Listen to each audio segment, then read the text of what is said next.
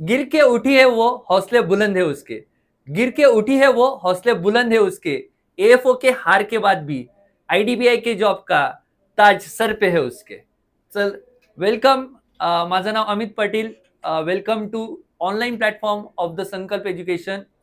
आपल्यासोबत आहे सानिका जगताप, जी ॲग्रिकॉस आहे आणि रिसेंटली झालेल्या आयडीबीआयच्या ॲग्रिकल्चर असेट ऑफिसरमध्ये तिचं सिलेक्शन झालेलं आहे. तर कॉंग्रॅच्युलेशन सानिका, खूप खूप अभिनंदन. तुझा स्ट्रगल खूप जवळून पाहिलेला आहे, त्याच्यामुळे खूप मनापासून कौतुक वाटतंय तुझं. कॉंग्रॅच्युलेशन. Thank you sir. येस.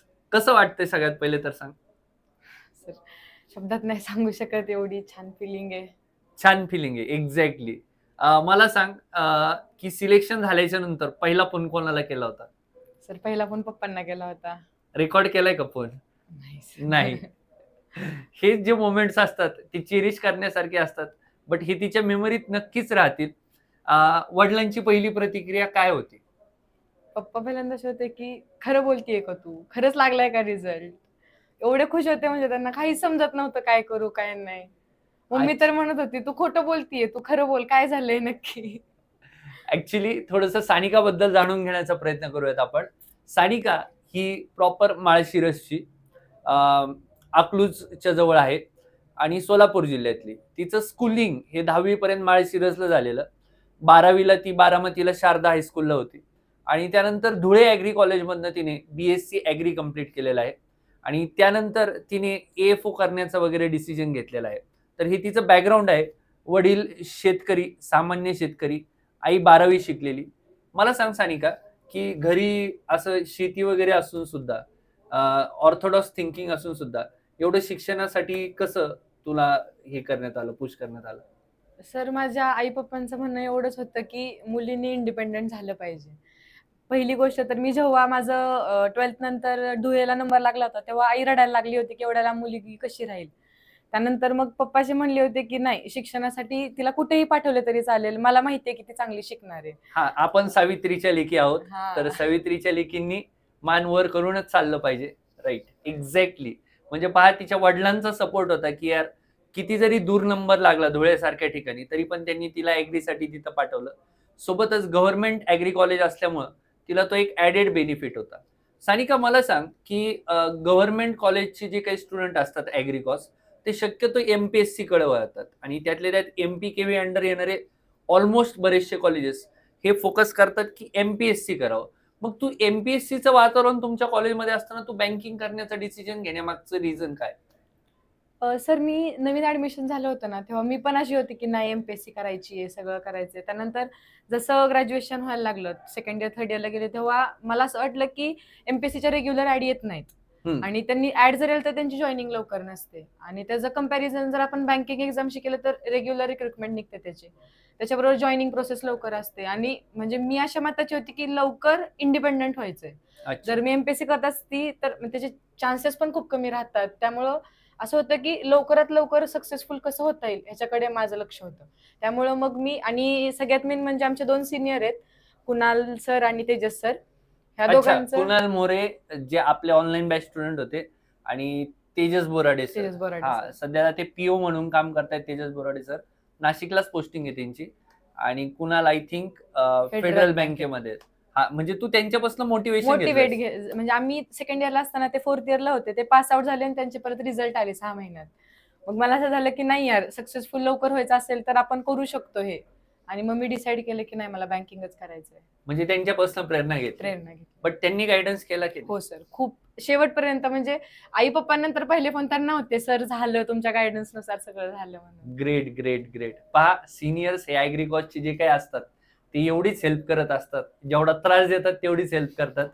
तर अशा पद्धतीनं पहा, सिनियर्सचं थोडंसं गायडन्स तिला जे लाभलं, त्यामुळेही तिचा त्यांचा तो तिच्या यशामध्ये वाटा आहे.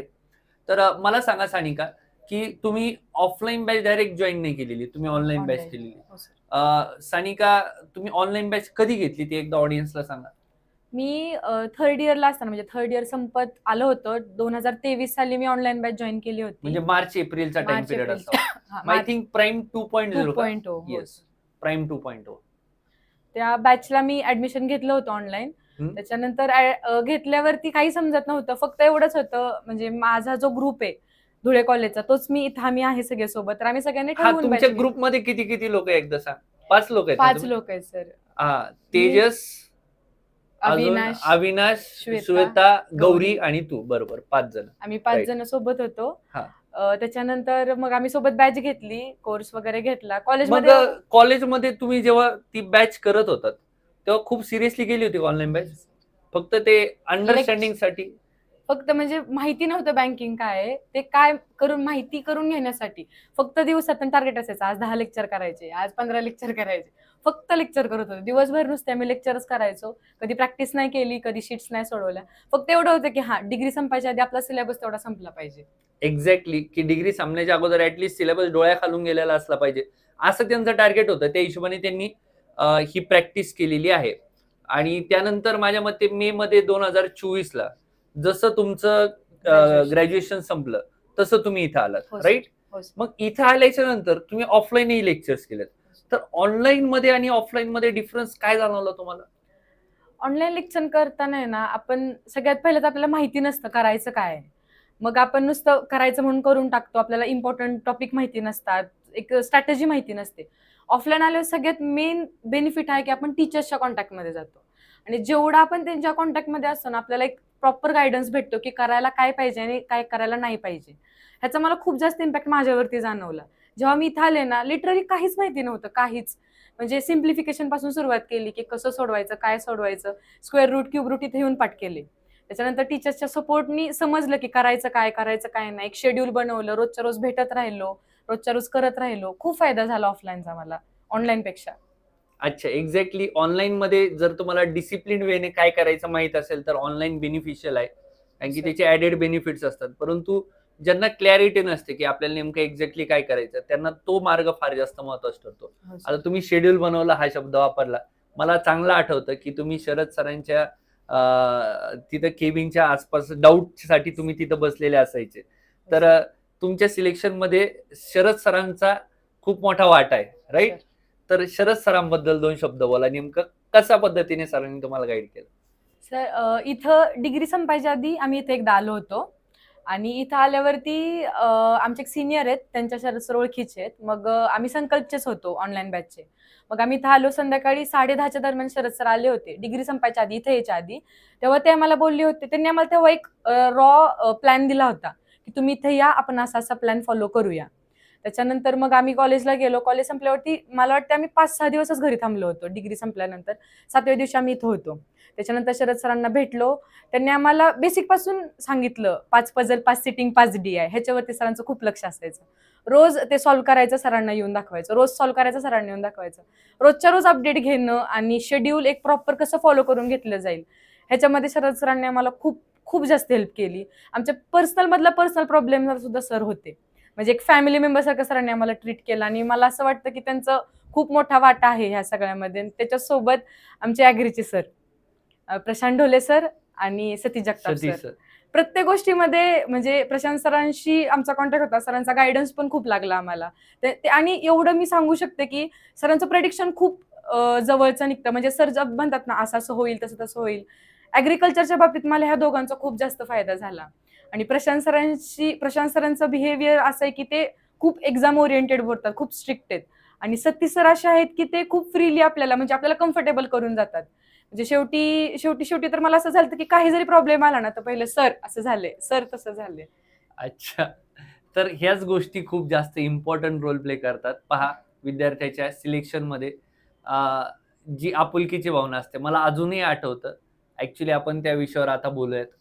सानिकाचा रिझल्ट 0.25 मार्कांना AFOचा गेला होता, जिने खूप जास्त मेहनत केली होती त्या मुलीनं. आणि तो रिझल्ट आता का गेला, कसा गेला, आपण याचा उहापोह करण्यापेक्षा मला असं वाटतंय की त्यानंतर काय घडलं ते इम्पॉर्टंट आहे. रिझल्ट लागल्याच्या नंतर 3-4 दिवसानंतर सानिकाला लिटरली एवढं टेन्शन आलं की आपण आयुष्यात काहीच नाही करू शकत, आता सर्व काही संपलेलं आहे. आणि अशा सिच्युएशन मध्ये ती मुलगी खूप सेन्सिटिव्ह आहे, आम्ही ओळखतो तिला. आणि तिला रात्री 10-10:15ला चक्कर आली, म्हणजे लिटरली तिचे डोळे पांढरे झाले. आणि तिला घेऊन इथं कोणीच नव्हतं. मग अशा वेळेस शरद सर, क्षितिज सर, माझ्या मते सतीश सर. क्षितिज सरही होते. तर हे तिघही तिला दवाखान्यात घेऊन गेले होते आणि तिथून तिचे वडील आले आणि वडील आल्याच्या नंतर 2 दिवस इथं थांबले ते. तोपर्यंत या सर लोकांनी त्यांची काळजी घेतली. त्यांच्या ग्रुप मेंबर्स होते तिथं आणि आल्याच्या नंतर वडील म्हटले की तू काय पेपर वगैरे देऊ नकोस आता, एवढं टेन्शन घेऊ नको. तरी पण ही पोरगी बोलली नाही, मला आयडीबीआयचा पेपर आहे 2 दिवसांनी, मला तो द्यायचाच आहे. माझ्या मते वडील आले होते की एक्झामला हो सर. तेव्हा सोबत. घेऊन सलाईन होती सर हाताला. हाताला सलाईन होती हो तेव्हा सर. पेपरच्या दिवशी पण. हा. अरे बापरे, हे नव्हतं मला माहिती. म्हणजे पहा, हे असं असून सुद्धा तिने आयडीबीआयचा पेपर दिला आणि आज एक ऍग्रीकल्चर असेट ऑफिसर म्हणून ती तुमच्या समोर उभा आहे.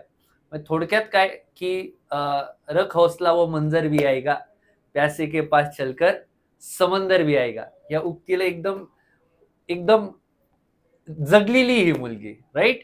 ठीक आहे. तर मला सांगा सानिका, की ह्या सर्व सिलेक्शन प्रोसेस मध्ये ऍग्रीचं महत्व तर तुम्ही सांगितलंच हो सर. की कशा पद्धतीनं इथं फायदा होतो. तर क्वांट असू द्या, एलआर असू द्या, इंग्लिश असू द्या, तर या सब्जेक्ट मध्येही तुम्हाला इंडिव्हिज्युअली काही फायदा झाला का, किंवा काही स्ट्रॅटेजी तुम्हाला कामाला आल्या का काउन्सिलिंग थ्रू? तर ते जर काही विद्यार्थ्यांना सांगता आलं तर त्यांना अपकमिंग एक्झाम्स मध्ये फायदा होईल. सगळ्यात पहिलं तर मी ऍग्रीचं बोललेच, प्रशांत सर आणि सतीश सर त्यांना फॉलो केलं. मी स्वतः अनुभव घेतलाय की त्याचा मला खूप फायदा झाला. त्याचबरोबर एलआरचं मी म्हणजे खूप ऐकलं होतं ऑनलाईनला, हे सर ते सर ते सर. पण मी ऑनलाईनचे स्टुडंट होते आणि मी अमोल सरांचे लेक्चर केलेले होते. मग मला असं झालं की मला त्या सरांची सवय लागली तर ठीक आहे, मी त्याच सरांना फॉलो करेल. त्याच्यानंतर इथं आले आणि सगळ्यात बेसिक 5 पझल 5 सिटिंग 5 DI, रोज 5 पझल 5 सिटिंग, लिटरली रोज. एक दिवसही आजारी पडले काही जरी झाली तर त्याला सुट्टी नाही. ते केलं आणि त्याच्याबरोबर क्विजेस चालू केल्या आणि ह्याचा मला खूप जास्त फायदा झाला. जिथे जिथे अडचणी आल्या तिथे टीचर्सच्या काउन्सिलिंग घेतल्या. कॉन्टच्या बाबतीत म्हणायचं झालं तर DI रोज 5 सोडवायचे, शीट सोडवून घेतल्या होत्या आमच्याकडून. लिटरली 300 400 500 1000 पर्यंत आम्हाला एका ह्याचे सिम्प्लिफिकेशन सुद्धा आम्ही हजार आम्हाला सरांनी PDF दिल्या होत्या. तुम्ही एवढं सोडवलंच पाहिजे, एवढं तुम्ही केलंच पाहिजे. इथून आम्ही सुरुवात केली. त्याचबरोबर आकाश सर झाले, अमित सर झाले आणि आपले शरद सर यांच्या काउन्सिलिंग घेतल्या. आणि सगळ्यात मेन म्हणजे इथं आल्यावरती मला हा फरक जाणवला की मी नाही काय केलं पाहिजे. सगळेच टॉपिक करून काहीच नाही येण्यापेक्षा माझं असं मत आहे की स्पेसिफिक टॉपिक वेटेजचे करून जर तुम्ही मार्क घेता आले ना तर त्याचा खूप फायदा होतो. ह्याचा मला फायदा झाला या सगळ्या गोष्टींचा. आणि इंग्लिशचं म्हणायला गेलं तर मी पहिले असं करायचे की सगळे अटेम्प्ट करायचे क्वेश्चन्स. पण जेव्हा मी इथं क्षितिज सरांकडे आले तेव्हा सरांनी आमचे स्पेसिफिक चॅप्टरची प्रॅक्टिस करून घेतली. बरोबर, ऍग्री वॉरियर्स नावाची बॅच क्षितिज सरांनी सरांनी घेतली होती, घेतली ज्याचा होती. खूप फायदा विद्यार्थ्यांना झाला. त्याच्यामध्ये मग सर बोलले की स्पेसिफिक क्वेश्चन सोडवा, स्पेसिफिक मार्क तुम्हाला पडून जातील. तर मग मी लिटरली एवढं सांगते की मी 15 मार्काचे क्वेश्चन सोडवले होते. 30 क्वेश्चन सोडवलेले, त्यात मला 12 मार्क येऊन गेले. तेच जर मी सगळे अटेम्प्ट हे AFO बद्दल बोलते ना तू? राईट. AFO ला अर्ध्या मार्काला एक क्वेश्चन असतो. सर बोलले होते की 15 तुम्हाला जेवढं कट ऑफ आहे ना, आपल्याला कट ऑफ काढायचंय बोलत होते. मग मी 30 मार्क्सचे क्वेश्चन अटेम्प्ट केले होते, त्यात मला 12 मार्क आले होते. 15 मार्क्सचे क्वेश्चन अटेम्प्ट केले होते, 12 मार्क आले होते त्याच्यामध्ये. मग अशी व्यवस्थित स्ट्रॅटेजीने अभ्यास करून घेतला गेला माझ्याकडून आणि त्याच्यामुळं हे सगळं होऊ शकलं माझ्याकडून. बढिया. तर आता इथून पुढे काय करायचं डिसिजन घेतलेलं आहे की परत एकदा ती जी ड्रीम जॉब असते सगळ्या ऍग्रीकॉसची की मला AFO बनायचंच आहे, मला तीच पाहिजे, राईट? पोस्ट बद्दलच बोलतोय ऑब्व्हियसली मी. तर पहा, हे जे काही ऍग्रीकॉस असतात त्यांचं जे ध्येय असतं, तर त्या AFO ला तू परत टार्गेट करणार आहे की आता IDBI जॉईन करून तिथला एक्सपिरियन्स घेणार? कारण की नवीन जॉब असल्यामुळं त्याच्यात कशा पद्धतीने वर्क कल्चर असेल याची एक रफ आयडिया आपल्याला आहे, परंतु कम्प्लीट आयडिया नाही. तर पुढे काय ठरवलं, काय करणार? सध्याला तर मी जॉईन करणार आहे IDBI. त्याच्यानंतर त्यांचं वर्क कल्चर बघून सगळं करून मग मी डिसाईड करेल. पण माझं असं आहे की मी अभ्यास चालू ठेवेल. पुढच्या ज्या अपकमिंग ज्या मोठ्या एक्झाम्स आहेत ते टार्गेट करायचं माझं ध्येय आहे सध्याला. पण मी जॉईन करणार आहे IDBI. अच्छा. गावाकडे गेली होतीस का सिलेक्शन झाल्यानंतर? नाही. तर कसं वाटतंय गावाकडे? सेलिब्रेशन वगैरे झालं की खूप जास्त. म्हणजे आई वडील एवढे खुश आहेत. म्हणजे पूर्ण पहिली गोष्ट मी जॉईंट फॅमिलीतून आहे. माझी खूप मोठी फॅमिली आहे, खूप मोठी. आमचा वाडा आहे गावाला. म्हणजे मला 10 चुलते आहेत, सख्खे चुलत वगैरे सगळे आम्ही एकत्र राहतो. मग सगळे म्हणजे असं झालं होतं की रिझल्ट लागल्यापासून आज 2रा-3रा दिवस आहे, माझा फोनच बंद नाहीये. असं कुठलेच रिलेटिव्ह नाहीये जो फोन करत नाहीये. एवढे सगळे खुश आहेत, पूर्ण फॅमिली सेलिब्रेट करतीये. सगळे मामा, सगळे काका, सगळे खूप जास्त खुश आहेत. बरं, जाता जाता एक शेवटचा प्रश्न असा विचारायचा आहे. बरेचसे स्टुडंट ग्रुपमध्ये अभ्यास करतात, तर तुम्ही ग्रुपमध्ये अभ्यास केला, त्याचा काय बेनिफिट झालाय तुला, मला जरा थोडंसं सांगते का? हो सर. म्हणजे मी असं ऐकलं होतं की एकटं तुम्ही 10 तास अभ्यास करा, तेच तुम्ही ग्रुपमध्ये जर 5 तास जरी अभ्यास केला ना तर त्याचा बेनिफिट डबल असतो. आणि मी स्वतः ते अनुभवलेलं आहे. आम्ही 5 जणांचा ग्रुप आहे. माझ्या ग्रुपमध्ये अविनाश आहे, तेजस आहे, श्वेता आहे आणि गौरी आहे. आम्ही सगळे सोबत, म्हणजे आम्ही असं कुठंच नाही, आम्ही मेस सोबत लावलेली आहे, आम्ही लॅब एकत्र आहे. आम्ही प्रत्येक गोष्ट डिस्कस करून अभ्यास केला. आणि मी स्वतःच सांगते, एक गोष्ट सांगते, माझा AFOचा प्रीचा रिझल्ट 0.25 ने गेला होता. मी पूर्ण डिप्रेशनमध्ये गेली होती. आणि तेच माझा फ्रेंड अविनाश आहे, त्याचं झालं होतं AFOच्या प्रीमध्ये. पण आणि आम्ही बाकीच्या आमचं कोणा चौघांचंही नव्हतं झालं. आम्ही खूप रडत होतो. तो बिचारा त्याचा अभ्यास सोडून आम्हाला समजवायला येत होता की नाही, आणि आम्ही त्याला म्हणायचो की नाही, तू अभ्यास कर, तुझा अभ्यास करणं इम्पॉर्टंट आहे. त्याच्यानंतर IDBIचा पेपर आला. आती सरांचे काउन्सिलिंग घेतली ह्याच्यासाठी, GA साठी. आती सरांच्या GAचा खूप फायदा झाला, खूप फायदा असं तुम्हाला झाला. बोललेलीस, राईट? सरांनी खूप मेहनत केली. सर आम्हाला रोज संध्याकाळी 8च दिवस बाकी होते IDBIच्या पेपरला, आणि त्या वेळात सर आम्हाला आधार देत होते की नाही, तुमचं होऊ शकतं. आणि मी रोज guarantee संध्याकाळी देतो. लेक्चर सुद्धा घ्यायचे लेक्चर सर आणि घ्यायचे. त्यानंतर अर्धा तास डिस्कशन सुद्धा Discussion चालायचं. एक्झॅक्टली. आम्हाला, म्हणजे आम्ही जनरल बँकिंग करत नव्हतो, आम्हाला बँकिंग अवेअरनेस काय आहे काहीच माहिती नव्हतं. प्रत्येक शब्दाचा अर्थ सरांनी आम्हाला सांगितला, आणि त्या 8 दिवसामध्ये खूप मदत केली सरांनी पण. आणि सगळ्यात मेन तर मी सांगते की माझ्या घरातले हे टीचर्स, मी सगळ्यांना ह्याचं श्रेय देते, पण माझ्या ग्रुपचा ह्याच्यामध्ये खूप मोठा वाटा आहे. जर ते माझ्यासोबत नसते तर कदाचित मला नाही वाटत की मी त्या डिप्रेशनमधून बाहेर येऊन हे एक्झाम टार्गेट करू शकली असते. तर मी माझं यश त्यांना सुद्धा खूप डेडिकेट करते. आता यांच्या ग्रुपमधला जो अविनाश आहे, आजच AFOचा स्कोर कार्ड आलेला आहे, त्याला चांगली लीड आहे, 17-18 मार्कांची लीड आहे. तर होपफुली त्याचंही 1 एप्रिलला सिलेक्शन होईल. आता बाकीचे जे 3 मेंबर तुमच्या ग्रुपमध्ये राहतील त्यांचं सिलेक्शन करून घेण्याची जबाबदारी ही तुमची असेल, राईट? जॉबला लागल्याच्या नंतरही त्यांना मोरल सपोर्ट देणं, कारण की अशा वेळेस थोडंसं आपल्या ग्रुपमधलं 2-3 मेंबर गेल्याच्या नंतर थोडंसं वाईट वाटणं स्वाभाविक असतं. ठीक आहे. तर सर, ते शेवटी हे जे तुझा इंटरव्ह्यू एक्सपिरियन्स होता IDBIचा, त्याबद्दल एकदा बोल. आणि आपल्या मॉक्सचा तुला कशा पद्धतीने बेनिफिट झाला असेल तर? झालाय सर. सगळ्यात पहिलं तर म्हणजे मलाच हसायला येतं त्या गोष्टीचं. इथं मॉक इंटरव्ह्यूची अनाउन्समेंट झाली, आणि मग माझं नवीनच IDBI साठी झालं होतं इंटरव्ह्यूसाठी. तर आम्हाला काहीच माहिती नव्हतं, आम्ही एकदम फ्रेशर आहे, त्यामुळे आम्हाला इंटरव्ह्यू काय असते हे माहिती नव्हतं. स्लॉट यायला लागले, आणि आम्हाला असं समजलं होतं की जर स्लॉट लवकर बुक नाही केला तर डिले होऊन जाईल आपला इंटरव्ह्यू. आम्ही पहिल्या दिवशीचा पहिला स्लॉट बुक केला आणि इंटरव्ह्यूला गेलो. आम्हाला काहीच नाही माहिती, काहीच. माझा पहिला इंटरव्ह्यू सतीश सर ॲग्रीचे आणि अमोल सर रिझनिंगचे यांनी घेतला होता. मी त्यांच्याकडे पुढे गेली. मला सतीश सरांनी पहिला प्रश्न विचारला होता की सानिका या शब्दाचा अर्थ सांग. मी म्हणजे एवढी ब्लँक होती की मला सर काहीच येत नव्हतं. म्हणजे मला सिबिल स्कोअर विचारला. म्हणजे तुम्हाला एवढं सांगते की मी एवढी घाबरून गेली होती. मला पंतप्रधानांचं नाव विचारलं होतं, मी ब्लँक होती. सर माझ्याकडे बघा, सर म्हणले अगं पंतप्रधान तरी सांग. मग मी बोलले. मग थोडंफार प्रिपरेशन केलं होतं, त्याच्यानुसार मी आन्सर वगैरे दिले. त्यानंतर शेवटी सरांनी सांगितलं अनालिसिसमध्ये की तुझा कॉन्फिडन्स खूप आहे म्हणले बोलण्याचा, पण ज्ञान कुठेतरी कमी पडतंय, कारण की काहीच माहिती नव्हतं, काहीच केलं नव्हतं. त्याच्यानंतर आम्हाला एक प्रॉपर शेड्यूल दिलं, आणि ह्याच्या बाबतीत ह्या मागे संकल्पचा खूप मोठा वाटा आहे, कारण की त्यांनी आम्हाला इंटरव्ह्यूसाठी स्पेशल बॅच दिली होती, आणि त्या बॅचचे मी व्हिडिओ बघून पूर्ण जनरल बँकिंग अवेअरनेस केलं. त्याच्यासोबत पेपर रिडिंग वगैरे हे चालू ठेवलं. हा माझा पहिला इंटरव्ह्यू झाला. त्या दोघांनी, म्हणजे असं नाही की त्यांनी असे म्हणले की तुला काहीच येत नाही, त्यांनी मला डिमोटिवेट नाही केलं. त्यांनी लिटरली प्रत्येक क्वेश्चन माझ्या एका पेपरवरती, ब्लँक पेपरवरती लिहून दिला, फीडबॅक लिहून दिला. त्याच्यानुसार मग आम्ही दोघांनी प्रिपरेशन केलं. नंतर सेकंड इंटरव्ह्यू माझा प्रशांत सरांनी घेतला होता, आणि लॉचे सर ते सुहास सर, त्यांनी सुहास डमरे सर, ते लॉचे नाहीत ऍक्च्युली, आपल्याकडे ते ऑलरेडी ते बँकेमध्ये त्यांनी 5-6 वर्ष काम केलेलं आहे ऍज अ मॅनेजर म्हणून. ते सुहास डमडेरे सर, त्यांनी तुमचा इंटरव्ह्यू घेतला. त्यांनी घेतला इंटरव्ह्यू, त्या दोघांनी इंटरव्ह्यू घेतला. आणि म्हणजे मला हे जाणवलं की अमोल सर आणि सतीश सर आणि प्रशांत सर आणि सुहास सर ह्यांनी जे मला क्रॉस क्वेश्चन केले ना, स्पेशली लग्नाबद्दलचे, मुलगी म्हणलं की लग्नाचा प्रश्न येतोच, हे क्वेश्चन मला आहे असे तिथं इंटरव्ह्यू मध्ये विचारले गेले, आहे असे लिटरली. म्हणजे मग तुझं 3 वर्ष ट्रान्सफर होत नाही, मग तू लग्न कसं काय करशील, मग लग्न झालं तर तू जॉब सोडशील का. मला प्रशांत सरांनी हाच क्वेश्चन विचारला होता, तेव्हा मी ब्लँक झाली होती की तू सोडशील का, मग कशावरून आम्ही तुम्हाला हायर करू. तेव्हा जसं सरांनी सांगितलं तसं मी परफॉर्म केलं होतं, आणि ह्याचा मला खूप जास्त फायदा झालाय. ठीक आहे, आता काय बोलण्यासारखं राहिलं. तुम्हाला पुढील वाटचालीसाठी सानिकाला पूर्ण टीम संकल्पतर्फे आणि तिच्या सर्व फ्रेंड सर्कलतर्फे आणि आमच्यातर्फे खूप खूप शुभेच्छा. उत्तरोत्तर चांगले कामं करावेत आणि तुझ्यापासून मोटिवेट होऊन 1-2 विद्यार्थी जरी पुढील भावी जीवनामध्ये चांगले अधिकारी घडले तर ती चांगलीच गोष्ट असेल. तर थँक्यू सो मच सानिका. पुन्हा एकदा all the best. Thank you sir. Yes.